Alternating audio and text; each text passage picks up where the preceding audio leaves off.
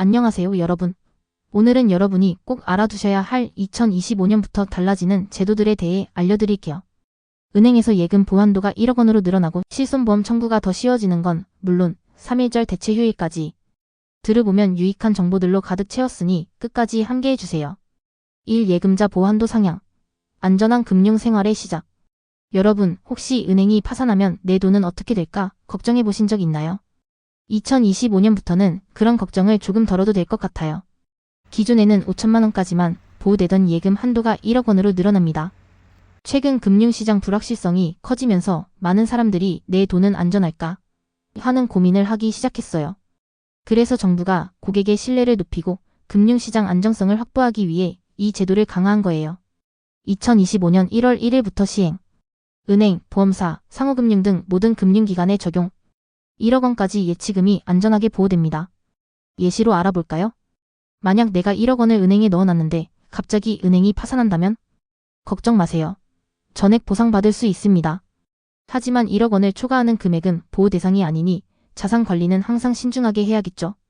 이 실손보험 청구 전사나 더 이상 서류 걱정은 끝. 실손보험을 청구하려고 병원, 약국을 들락날락하며 서류 챙기던 기억 있으신가요? 이젠 그 복잡한 과정이 싹 사라집니다. 뭐가 달라질까요? 병원, 의원, 약국 등에서 바로 보험사로 데이터 전송. 고객은 따로 서류를 제출하지 않아도 돼요. 10만여 의료기관이 이 시스템에 참여한다고 하니 전국 어디서나 편리하게 이용 가능합니다. 진료를 받고 나오면 끝. 영수증을 모으거나 보험사에 서류를 제출하는 과정이 없으니 정말 편리해지겠죠? 며칠 안에 보험금이 입금되니 기다리는 스트레스도 덜어질 거예요. 3. 최저임금 인상. 근로자들에게 희소식이 될 2025년 최저임금 인상에 대해 알려드리겠습니다. 최저임금은 근로자들이 안정적으로 생활할 수 있도록 보장하는 기본소득 기준입니다. 2024년 기준 시간당 9,620원이었던 최저임금이 1만 30원으로 인상되면서 모든 근로자의 소득이 평균적으로 약 4.3% 증가하게 됩니다. 구체적으로 최저임금 인상이 가져올 실제 변화를 숫자로 확인해보면 1급 하루 8시간 근무 기준으로 8만 240원, 월급주 40시간 기준 6급 주휴를 포함해 한 달 월 소득은 209만 6,270원. 이 금액은 최저임금을 기준으로 근로하는 근로자들에게 큰 소득 보전 효과를 제공합니다. 특히 아르바이트를 하는 청년들, 비정규직 근로자들, 그리고 중소기업 근로자들에게 실질적인 혜택이 돌아가겠죠.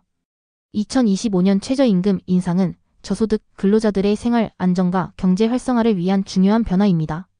이번 정책이 여러분의 일상에 좋은 변화를 가져오길 기대해봅니다. 4. 육아휴직 제도 강화, 워라밸의 실현. 많은 부모님들에게 희소식이 될 2025년 육아휴직 제도 강화에 대해 자세히 알려드릴게요. 육아와 일을 병행하는 건 정말 힘든 일인데 어떻게 해야 워라밸을 지킬 수 있을까? 고민하는 분들이 많으셨죠? 이제 그런 고민을 덜어줄 획기적인 변화가 찾아옵니다. 육아휴직 급여가 더 늘어나고 기간도 길어지니 끝까지 함께 들어보세요. 육아휴직 급여 상한액 대폭 인상.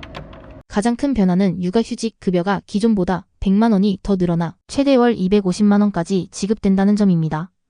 기존의 육아휴직 급여가 150만 원으로 설정되어 있던 시절 이 돈으로 아이를 키우기에 충분할까? 라는 고민이 많았죠. 2025년부터는 월 최대 250만 원까지 받을 수 있으니 경제적 부담이 훨씬 줄어들게 됩니다.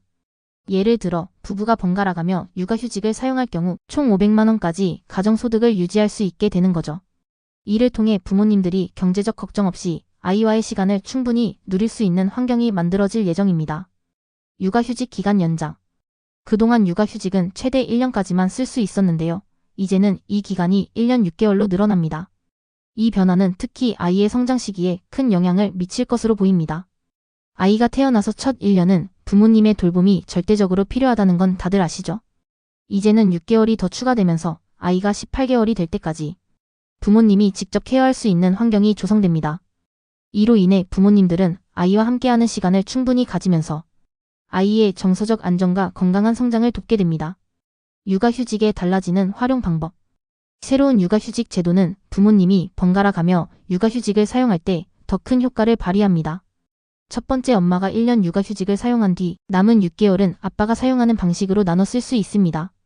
두 번째, 엄마와 아빠가 동시에 휴직을 사용해 아이가 태어난 초기에 두 사람 모두 함께 아이를 돌볼 수 있습니다. 이처럼 부모님이 선택할 수 있는 육아휴직의 유연성이 강화되면서 아이와 부모 모두에게 더 좋은 환경이 마련될 거예요.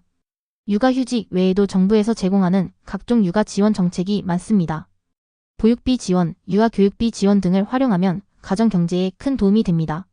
5. 고교학점제 전면 도입, 학생 맞춤형 교육의 시작. 2025년부터 고등학생들도 대학생처럼 자신이 원하는 과목을 선택해서 학점을 이수하게 됩니다. 학생들은 자신의 적성과 진로에 맞는 과목을 골라 배우며 더 큰 자율성과 책임감을 가지게 될 거예요. 6. 디지털 교과서 도입, 스마트한 학습 환경 조성. 종이 교과서는 이제 그만. 디지털 교과서를 통해 멀티미디어 자료와 상호작용 콘텐츠로 학습 효과를 극대화할 수 있습니다. IT 활용 능력까지 키우는 스마트한 교육 혁신 기대되지 않으신가요? 7. 결혼 세액 공제 신설, 신혼부부를 위한 희소식. 결혼을 준비하거나 이미 신혼생활을 시작한 분들에게 아주 반가운 소식을 전해드리려고 합니다. 2025년부터 시행될 결혼 세액 공제 신설 제도에 대해 들어보셨나요? 혼인신고를 한 신혼부부라면 최대 100만 원의 세액 공제를 받을 수 있게 되었는데요. 결혼 초기에 큰 힘이 될 이 제도가 어떻게 시행되고 어떤 혜택을 제공하는지 자세히 설명드릴게요. 결혼은 인생에서 가장 행복한 순간 중 하나지만 동시에 큰 비용이 드는 일인 것도 사실이죠. 집 마련, 혼수, 결혼식 비용까지. 결혼 초기에 드는 돈이 만만치 않은데요. 이제 정부가 결혼 세액 공제 제도를 신설해 신혼부부들의 경제적 부담을 줄여줍니다. 결혼 세액 공제 제도의 핵심은 혼인신고를 한 부부라면 최대 100만 원의 세액 공제를 받을 수 있습니다. 신혼부부들이 결혼 후 초기 정착 비용을 줄이고 결혼 생활을 안정적으로 시작할 수 있도록 돕기 위해 마련된 제도입니다. 이 공제 혜택은 소득 수준과 상관없이 제공되어 모든 신혼부부가 경제적 도움을 받을 수 있다는 점이 큰 장점입니다. 세액 공제를 받으려면 다음과 같은 절차를 거치면 됩니다. 결혼 후 신혼부부는 필수적으로 혼인신고를 해야 공제 대상이 됩니다. 세액 공제는 소득세 신고 시 반영됩니다. 연말정산 시 회사에 혼인신고 사실과 관련 서류를 제출하면 공제를 받을 수 있어요. 개인 사업자나 프리랜서의 경우 종합소득세 신고 과정에서 공제를 신청할 수 있습니다. 최대 100만 원까지 세금을 환급받거나 공제받을 수 있습니다. 결혼은 새로운 인생을 시작하는 설렘의 순간이지만 동시에 경제적인 부담도 큰 일이죠. 2025년부터 시행되는 결혼 세액 공제 제도는 신혼부부들에게 큰 힘이 되어줄 거예요. 8. 3.1절 대체휴일, 3일 연휴 즐기기. 2025년 3.1절이 토요일이라 아쉬우셨나요? 걱정 마세요. 이제 대체휴일제가 적용되면서 월요일까지 쉴 수 있습니다. 국민들의 휴식권을 보장하기 위한 이 제도 정말 반갑네요. 자, 오늘은 이렇게 2025년부터 달라지는 제도들에 대해 알아봤는데요. 여러분에게 가장 반가운 소식은 무엇인가요? 구독과 좋아요는 큰 힘이 됩니다. 다음 영상에서 또 만나요.